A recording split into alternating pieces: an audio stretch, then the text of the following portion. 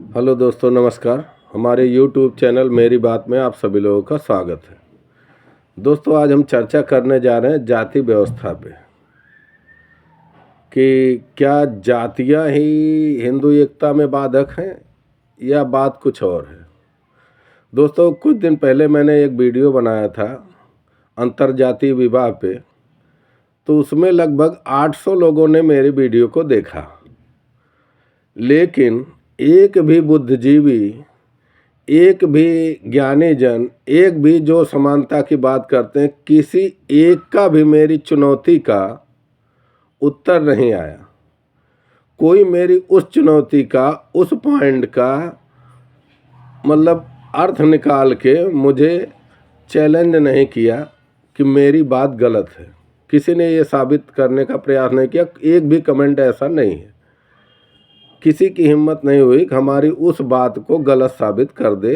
मैंने अंतरजातीय विवाह के दुष्परिणाम पे चर्चा की थी, जो एक भी, जबकि 800 लोगों ने देखा, तो 800 लोगों में से तो 2-4 लोगों का तो कुछ उस पे आना चाहिए था, लेकिन किसी ने नहीं किया। अब मैं आता हूँ कि क्या हिंदू एकता में जातियाँ बाधक हैं?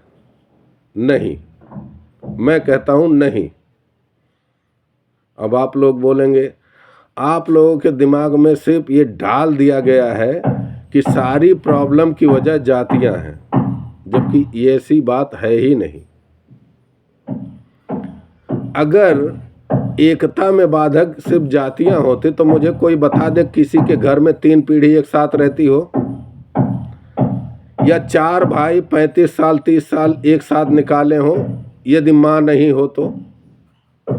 जब तक माँ रहती है तब तक तो घर चलता है, तब तक तो एक साथ लोग रहते हैं। और जैसे ही माँ खत्म हो जाती है, जरा 4 बहुएं, 4, वहाँ तो जातियाँ नहीं होती, वहाँ तो गोत्र भी अलग नहीं होता, वहाँ तो और वहाँ माँ भी अलग नहीं होती। जरा किसी भी घर का मुझे वो एग्जाम्पल दे दीजिए, 30 साल से 4 भाई या 3 भाई एक साथ रह रहे हों। अगर होंगे भी तो वो नियम नहीं होंगे, वो अपवाद की श्रेणी में आएंगे।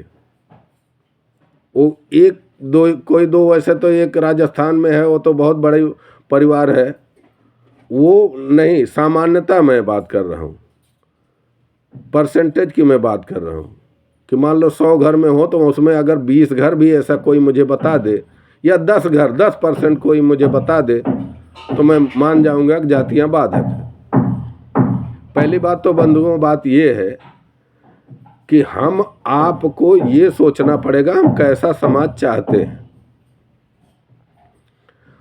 हम हमेशा से कहते आए, हमारे बुजुर्गों ने जो कुछ भी किया है, बिना रिसर्च के, बिना उस पे बहुत गहराई में गए, कोई भी चीज़ हम पे लागू नहीं किया गया। ये मैं एकदम दृढ़ता के साथ कहता हूँ, और आप सब लोग भी अगर गहराई में जाएंगे तो आप लोगों को भी ये बात पता चलेगी कि हमारे बुजुर्गों ने कुछ भी बिना सोचे समझे लागू नहीं किया है। दूसरी बात, एक बात आप बताओ, अगर आप किसी उन्नत समाज की परिकल्पना करेंगे तो वर्गीकरण अनिवार्य है या नहीं है? किसी भी समाज में कोई भी क्षेत्र ले ले, अगर वर्गीकरण नहीं होगा तो क्या वो उन्नत समाज हो पाएगा? मुझे इसका कोई एग्जाम्पल दे दो। और मैं सभी लोगों से ये पूछता हूँ, दुनिया में कोई ऐसा देश बता दो जहाँ जातियाँ ना हो। हाँ, नाम उनके अलग होंगे। जैसे यहाँ ब्राह्मण सर्वश्रेष्ठ है तो कहीं जो है पादरी सर्वश्रेष्ठ है, नाम उसका पादरी का है, यहाँ नाम ब्राह्मण का है। कहीं मौलवी नाम है, कहीं जो है बिशप नाम है, कहीं भंते नाम है। तो ऐसा तो है नहीं, खाली नाम अलग है। जैसे हम शौचालय कहते हैं, इंग्लिश में उसको बोल दिया जाए टॉयलेट, लेकिन रहेगा तो वही। तो ये भ्रम, पहली बात तो ये मुझे भ्रम लगता है कि एकता में जातियां बाधक है ही नहीं, और समाज का वर्गीकरण आवश्यक होता है। किसी भी समाज को अगर उन्नति की ओर आपको ले जाना है तो वर्गीकरण अनिवार्य है। क्या आप लोगों को क्या लगता है कि अगर क्या मतलब एक समानता की सभी वकालत करते हैं। मुझे कोई एक क्षेत्र बता दीजिए जहां समानता हो। कैटेगरी है या नहीं है? ABCD कैटेगरी है या नहीं है? यहां नौकरियों में 4 कैटेगरी है या नहीं है? मुझे कोई बता दे, कोई ऐसा क्षेत्र हो। और दूसरी बात, लोग बड़े आसानी से समानता लाओ समानता लाओ। समानता समाज को रोक देगा। जरा मुझे एक दिन कोई समानता ले आके बता दे कि जितना अधिकार प्रधानमंत्री को होगा उतना ही अधिकार एक चपरासी को होगा। ला के बता दो। जब चपरासी भी अपनी साइकिल लेके निकलेगा ना तो उतना ही प्रोटोकॉल का पालन होगा। या जो सैलरी प्रधानमंत्री की होगी, राष्ट्रपति की होगी, वही एक पुलिस ऑफिसर की होगी। समानता ला के बता दो। या उतने ही अधिकार दे दो उनको। भैया ये 5 उंगलियां हैं ना, यदि इनको बराबर कर दिया जाए तो आप सुचारू रूप से कोई काम नहीं कर पाएंगे। इसलिए हर चीज का वर्गीकरण और अनुपातीकरण अनिवार्य है, नहीं तो संभव ही नहीं है समाज चल जाए। कल्पना करो उस समाज की सभी लोग करोड़पति हो जाएं, तो तुम्हारा देश 3 दिन में बदबू आने लगेगा देश से। कोई सफाई वाला नहीं मिलेगा आपको, कोई आपको रिक्शे वाला नहीं मिलेगा, कहीं आना जाना होगा कोई आपको ड्राइवर नहीं मिलेगा। क्यों?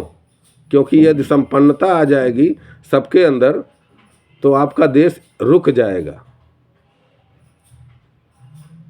और रही बात ये कि एक बात मुझे बता दो, कोई प्यून जाता है तो मैनेजर उसको नमस्ते करता है कि प्यून करता है? किसी भी कास्ट का हो।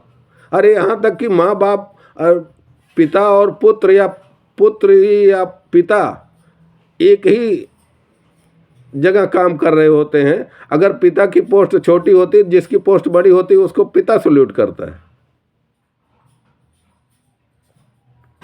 तो भैया ये सब मूर्खता भरी बातें हैं, बिना गहराई में जाए हुए, बिना सोचे समझे हुए बस समानता लाओ समानता।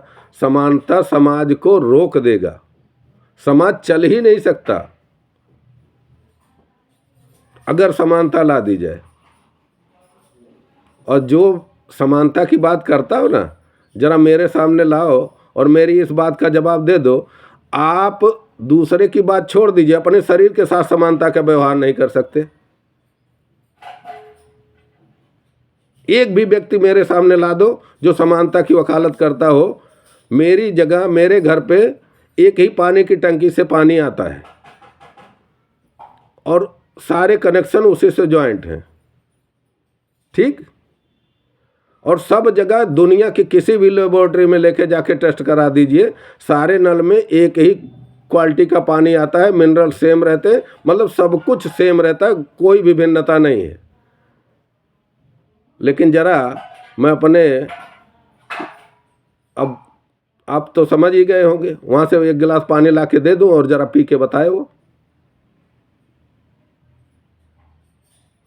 तो इसलिए ये फालतू की बातें मत करिए। और देखिए, एकता तब नहीं होती ना जब हमारे में प्रेम की कमी होती है। हम प्रेम नहीं करते। जब हम जितने ज़्यादा स्वार्थी होंगे उतने ज़्यादा विघटन होगा, जितने ज़्यादा हम परमार्थी होंगे उतने ज़्यादा हम में एकता आएगी।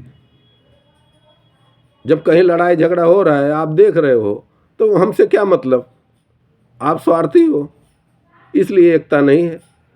जितना ही अपने लिए स्व वाली भावना आएगी उतना ही हम एकता से दूर होंगे, जितने पर वाली भावना आएगी उतने ही हम एकता में निहित होंगे। और जरा मुझे एक बात बता दो, आप सभी लोगों से सिर्फ एक मेरे इस प्रश्न का कोई उत्तर दे दे तो मैं मान जाऊं। आज के, आप भी हम सभी मानते हैं, आज के 50 साल पहले छुआछूत जातियां ज़्यादा थी। मानते हो ये बात को? आप सभी लोग मानते हैं। लेकिन ज़रा मुझे एक बात बता दो, 4 कहार किसी घर की नई नवेली दुल्हन को डोली में बिठा के लेके जाते थे, उनके साथ कोई नहीं, नवयुवा पत्नी को छोड़ दिया जाता था, 4 कहारों के, और उनके चारों के हाथ में लाठी होती थी। लेकिन एक भी उदाहरण कभी आपने देखा कि कहीं दुल्हन के साथ दुर्व्यवहार हुआ हो? कहीं जातियाँ तो थी भैया। उतना भरोसा आज आप मामा के लड़के, फूआ के लड़के, मौसी के लड़के, 4 लड़कों पे आप अपनी नई नवेली दुल्हन को छोड़ सकते हैं? उतना है क्षमता? उतना भरोसा आज है? खाली सोच के देखिए, एक नई नवेली दुल्हन को 4 कहारों के सामने छोड़ दिया जाता था। भैया तब जो था ना, एक दूसरे के प्रति सहयोग वाली भावना थी। आज तो तुम बारातियों का पानी नहीं पिला सकते अगर कैटरिंग वाली सुविधा ना हो। आज हम इतने स्वार्थी हो गए हैं। तो इसलिए इस चीज को दोष देना बंद कीजिए कि सारी प्रॉब्लम की वजह जातियां हैं। जातियां नहीं, हमारे अंदर स्वार्थ आ गया है। हम दूसरे के लिए कुछ करना ही नहीं चाहते। जो कुछ करना चाहते हैं अपने लिए करना चाहते हैं। अपनी सुविधा होनी चाहिए, दूसरा गया तेल लेने। और दूसरी बात मैं बता दूं भैया कि कुछ राजनीतिक नियम होते हैं, कुछ धार्मिक नियम होते हैं, कुछ सामाजिक नियम होते हैं।